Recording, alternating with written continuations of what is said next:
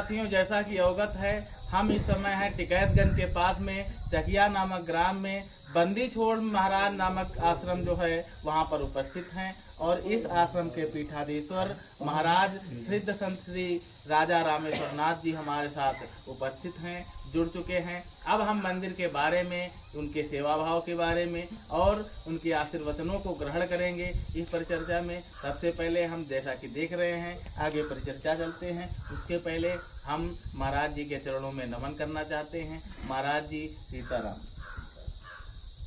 अब महाराज जी हमें ये बताना यानी का आप कष्ट करें कि यानी श्री बंदी छोड़ महाराज जी के बारे में यानी चकिया ग्राम सभा में या इस समाज में कौन सी धारणाएं हैं इस मंदिर की स्थापना के विषय में आशीर्वाद वचन प्रदान करें। देखो भाई साहब, हम 90 में हमारे गुरु लाए थे। अच्छा। और हम अपने मंदिर की स्थापना की। गुरु जी का शुभ नाम? छोटेपुरी महाराज। जी जी जी, आप आगे बताइए। और छोटेपुरी के गुरु भूखनपुरी रहे जी, वो तो उनके गुरु रहे। हाँ। जब 90 में यानी 1990 में आप यहाँ पर आए, हाँ, मंदिर के यानी आपने कार्यभार संभाला? हाँ, नहीं 2-3 साल वो उनकी जीवनी में रहे साथ में सेवा की। हाँ, सेवा तो साथ दिए। उसके बाद उन्होंने चोला आड़ कर दिया। अच्छा। और चोला आड़ करने के बाद ना जब गए तो वो अपनी कागजात हमको दे गए। और लिखा नहीं, यहाँ के प्रधान हमको तबाह कर दिया। अच्छा अच्छा, प्राय हाँ ये चीज़ बहुत देखने केस मुकदमा कुछ कसर न तब अपराध। अच्छा अच्छा, अभी प्रक्रिया समझ लो अभी दम नहीं है। हाँ, लेकिन सेवा भाव जो है आपका, उसके लिए यानी ग्रामीण समाज में जो लोग हैं जन समूह का समर्थन तो आपके साथ होगा। हाँ, जनता के तो वही साथ है। जैसे सभा एक हुई है, साथ न होती तो कैसे होता। तो विभिन्न परिस्थितियों में जैसा देखा महाराज जी ने अपने सेवा भाव को नहीं छोड़ा और इसी के परिणाम स्वरूप आज महाराज जी को लगभग 32 वर्ष यहाँ पर आश्रम में सेवा देते हुए हो चुके हैं। और इसी प्रक्रिया में जैसा कि हम देख रहे हैं तो महाराज जी आपके और अनुभव मंदिर से जुड़े, जैसे कुछ उनके बारे में हमें एक आध अनुभव बताने की कोशिश करें, स्मरण हो जो पुराने मंदिर है तो हमारे सामने टिकैतगंज का है। वो भी पुराना है। जैदी साहब की 16.5 है ये धरना है।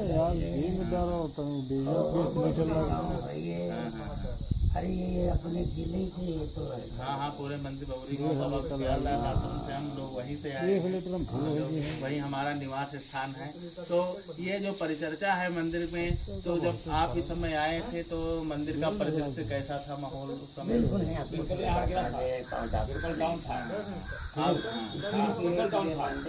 वो भी लटका था तो आपके ही शासन काल में या आपकी सेवा काल में सब मंदिर का परिदृश्य बना है। महाराज जी जो है जो उन्होंने बनाया था, ब्रिटिश जमाने में 700 रुपया मांग कर पटेलन थे उन्होंने बनवाया था। तो महाराज जी का सेवा भाव जो है वो अत्यंत उत्तम है, जैसा कि हम देख पा रहे हैं।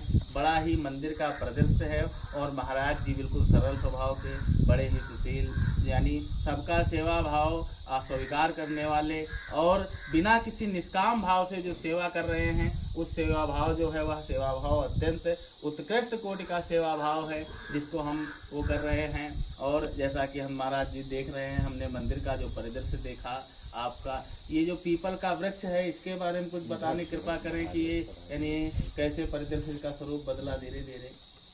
हम आए थे तो तब ये कच्चा रहा। अच्छा। और महाराज जी हमारे बूढ़े हो गए। हाँ, तो उनकी जड़े गई मोटी तो राइतों पे निकल गए। तो इसी की बात हम इनका बरसा करा।